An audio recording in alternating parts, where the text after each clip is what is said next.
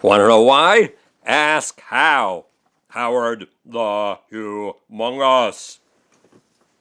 Donald Trump and Brexit share something in common. Both attack globalism, and both are disasters in the making. Donald Trump wants to erect walls. You know that he wants to build a wall between Mexico and the USA, a wall that he foolishly claims he is going to get the Mexicans to pay for. I mean, that is ridiculous.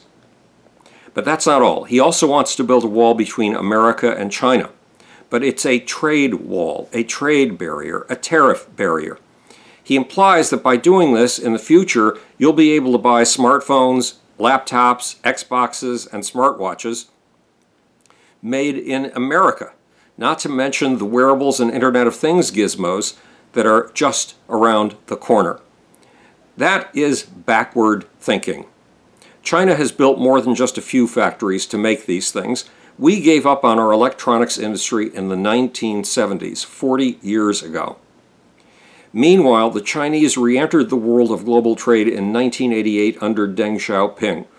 The Chinese rapidly built a massive infrastructure of electronic manufacturing. They built an ecology of interrelated companies designed for electronics production. That's what we used to have, but we've wiped it away. And we lost our rich electronic ecology. But if we are going to compete with the Chinese, and if we are going to rebuild our manufacturing base, we can't do it around the products of the 1970s, the 1980s, or even the early 21st century. We have to do it around the products of the future. Just as we built Google, Facebook, Twitter, Airbnb, Uber, Lyft, SpaceX, and Tesla, not around the past, but around the future.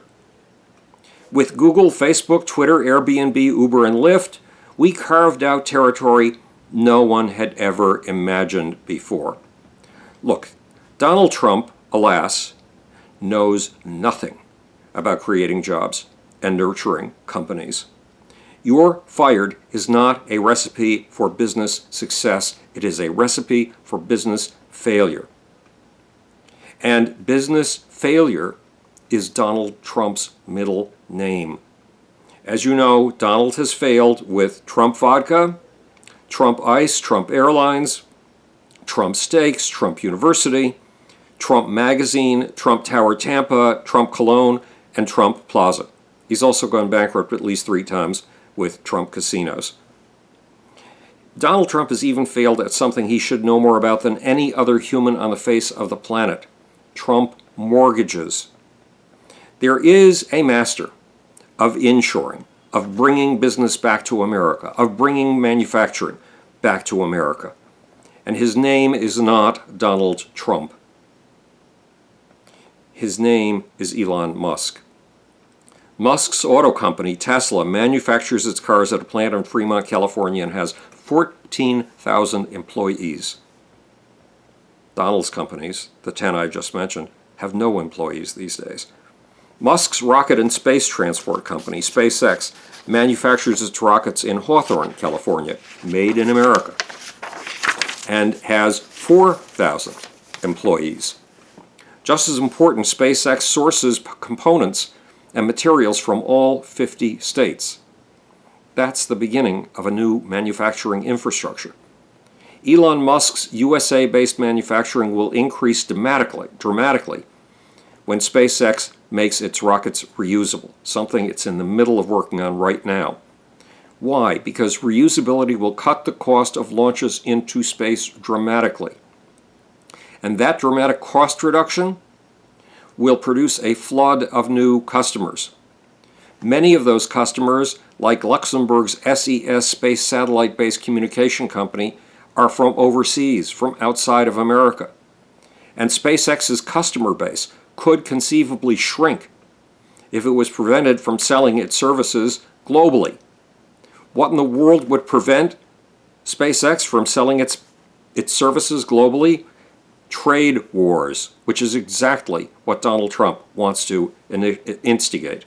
Donald Trump wants a new era of all against all, a new era of the sort of nationalism and hate that we've seen in England since the vote to exit the EU, since Brexit. Why am I so passionately for globalism? I got sick in 1988. I got so sick that I couldn't speak or have another person in the room with me. That lasted 15 years. It took 3 years to work out a way to stay alive. And the solution came from the Chinese. I established a new life on the internet. The internet was born and raised in the United States of America, supported by the government, created by the Defense Advanced Research Projects Agency, DARPA, created by government funding, of all things.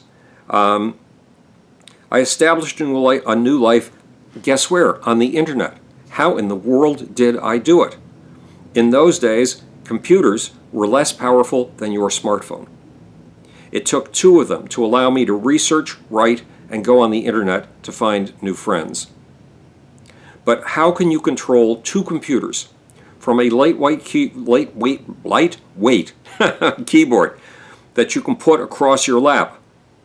And how can you control those 2 keyboards from just 1 monitor? Only one obscure company had the answer. The answer was a box that would allow you to control as many as 4 computers from 1 keyboard and 1 monitor. And the company that saved me was in China. So without a simple Chinese invention, I probably would not be here talking to you now. And thanks to that Chinese box, I wrote 3 books and founded 2 international scientific groups while I was stuck in my fucking bed. So I owe thanks to the Chinese. Big time. There's something important to keep in mind here. The box was not a knockoff of American technology, despite the fact that the Chinese have been stealing technology left and right for 30 years. That box was original. It was an innovation. It was not available from any American company. It was an innovation way back in 1991, when China had only allowed its entrepreneurs to build companies and to compete in the global marketplace for a mere 3 years. That's astonishing. Now, bear with me while I show my incompetence at turning pages. Look, take a good look at me. Without Chinese products and their low prices, I would be nowhere. On my shirt pocket are, I don't know if you can see these, there are 2 little gizmos here. Those 2 little gizmos are 8-hour recording devices. They're called Sansa clips. Guess where they're made?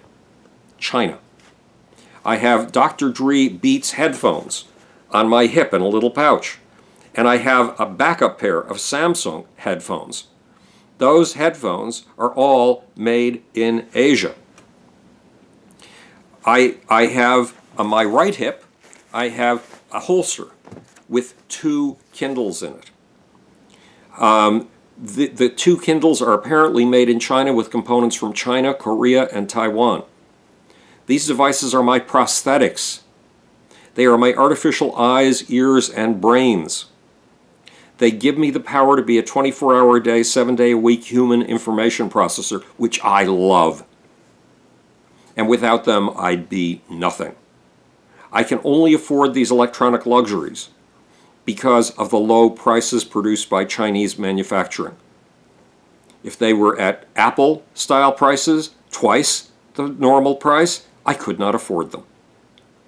Which means that I am a Chinese, Korean, American, and European creation. The European part is the rich culture that gives you and me many of our most important ideas. All this leads to a simple bottom line.